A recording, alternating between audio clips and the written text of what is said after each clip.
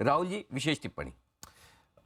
तीन चार main points हैं अनिल जी। सबसे मेन पॉइंट तो उन्होंने कह ही दिया है कि हाइक करेंगे कि he has, I am quoting the governor, further monetary policy action is warranted. Okay, 4 out of 6 have said this. Right. तो ये तो उन्होंने आपको संकेत दे ही दिया कि एक और कि मतलब चेन से न सोए कि ब्याज दरें बढ़ना हाँ बंद हो जी, गया। ये तो I am just quoting him verbatim, जी। Further monetary policy action is warranted. जी।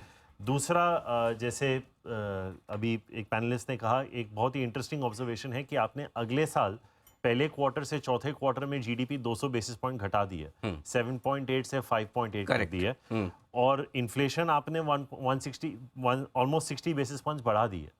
तो वो एक डाइकोटमी है कि आप क्या, थोड़ा उस पर अगर एक्सप्लेन कर दे। जी। सबसे परप्लेक्सिंग बात, 95 क्रूड अभी भी क्यों अजम्पशन है?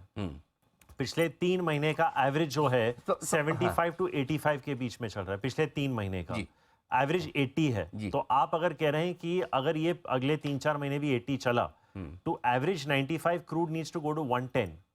अगर 110 तक चला गया तो देन एवरीथिंग इज ऑफ।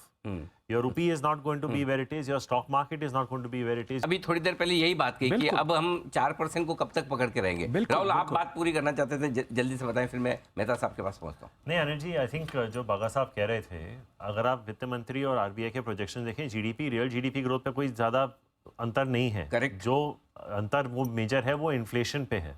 तो I would have, as Joshi ji has also rightly pointed out, अगर वो थोड़ा इलैबोरेट करते कि ये क्वार्टर ऑन क्वार्टर आपका 4% जीडीपी ग्रोथ ऑलमोस्ट कहाँ से बढ़ रहा है, 7.8, 4.2 गोइंग टू 7.8, ये कैसे हो रहा है। दूसरी चीज़ अनिल जी, अगर आप मोस्ट ग्लोबल रिपोर्ट्स को पढ़ेंगे ना, they are actually talking about a relatively softer GDP growth in the first half, और सेकेंड हाफ में पिकअप की बात कर रहे हैं। ये प्रोजेक्शंस उल्टे हैं। तो अगर आप स्लो डाउन में इतना हाई दिखा रहे हैं, तो अगर ग्लोबली रिकवर हो जाएगी तो आपकी जीडीपी ग्रोथ थोड़ी ना 6 और 5.8% होगी। करेक्ट। तो आई थिंक थोड़ा अगर ये नंबर्स एक्सप्लेन कर देते, and I still go back to the point कि 95 का बेसिस क्या है क्रूड का, क्योंकि आपकी सारी प्रोजेक्शन इन्फ्लेशन की उसका बेस है। उसका जवाब हम आई थिंक वो बहुत इम्पोर्टेंट, वो बहुत इंपॉर्टेंट बात है, क्योंकि मैं अनिल जी, मैं यही कह रहा हूँ, I repeat this point, for me it is the biggest takeaway of the policy कि पिछले 3 महीने का एवरेज क्रूड आप 80 का है जी, आज भी 80 है। ऐसा कोई रशिया यूक्रेन में ऐसा कुछ नया हुआ नहीं है कि कुछ होने वाला है। तो अगर to be 95, crude has to go to 110, 115, तभी एवरेज आएगी। तो आपके सारे प्रोजेक्शंस ऊपर नीचे हो जाते हैं, डेफिसिट के, करेंसी के, कॉर्पोरेट अर्निंग्स के। आपकी निफ्टी यहाँ नहीं होगी। तो ये गवर्नमेंट के डिसइन्वेस्टमेंट है, रशिया से 49 पे आ रहा है। ये मैं रशियन गवर्नमेंट के मुझे यही समझ में नहीं आ रहा है कि 95 का लॉजिक क्या है। 50 और 95 का गैप देखें, ये थोड़ा आप समझा देते तो आई थिंक एज अ ले पर, हमें नॉलेज है ही नहीं Anil ji, I am sure they have a lot.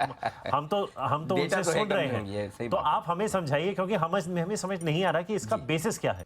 नहीं, मैं काफ़ी हद तक सहमत हूँ। आई थिंक क्योंकि सर ने फिस्कल डेफिसिट की भी बात की, अगर आप पूरा एक्सपेंडिचर देखें गवर्नमेंट का, उसमें से अगर आप कैपिटल एक्सपेंडिचर हटा दें तो revenue expenditure year on year almost flat है।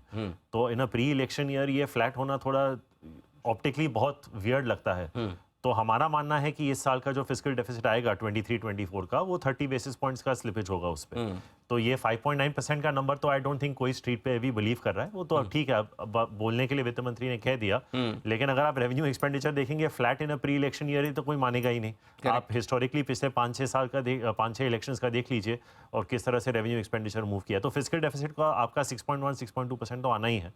लेकिन ये अनिल जी, आई थिंक जैसे आपके बाकी पैनलिस्ट ने भी कहा, I think it's playing to, आपने पूछा पॉज कब होगा, I think the mathematics is simple Anil ji. I think when the Fed pauses we will pause. आप भी लगभग नहीं, हमारा उनसे पहले हो जाएगा, क्योंकि यूएस के इलेक्शंस नवंबर 2024 में है, तो हमारे 7-8 महीने पहले हैं। तो आई थिंक उस हिसाब से हमारे रेट कट्स थोड़ा, हाँ, आई थिंक मानसून दिवाली के आसपास हमारे रेट कट चालू हो जाए। उससे पहले एक विशेष टिप्पणी राहुल जी की भी आ रही है, बताएं सर। नहीं, हम अक्सर देखते हैं ना कि आरबीआई की लैंग्वेज कैसे चेंज हुई है, we keep reading the text. एक बहुत विजिबल चेंज थी आज लैंग्वेज में जी, वो आखिरी लाइन थी। It ended with the quote of Netaji Subhash Chandra Bose as opposed to Mahatma Gandhi. शुरुआत वहां से हुई थी गांधी जी से, बीच में कहीं पे ऑलमोस्ट शुरुआत, लेकिन it he generally ends with, तो उस तरह से ऑन अ लाइटर नोट, वो अगर आपको लैंग्वेज में चेंज चाहिए था तो वो एक बहुत विजिबल शिफ्ट था लैंग्वेज में जी। where Mahatma Gandhi is seen as a slightly more calmer person, and of course Bose is a slightly more aggressive person. Absolutely. तो वो I think he ended with Bose to say कि भाई एक और rate hike आएगा. क्या बात है. है जी. और हालांकि लाइन जिसने भी कही हो, बट यू नो वो कहते हैं ना कि सरफरोशी की तमन्ना अब हमारे दिल में है. देखना है जोर कितना बाजुए का. मतलब भाव दोनों ही तरफ पढ़ने में महारत है राहुल जी को, चाहे वो मार्केट पे भाव हो या चेहरे पर भाव हो, दोनों साहब के.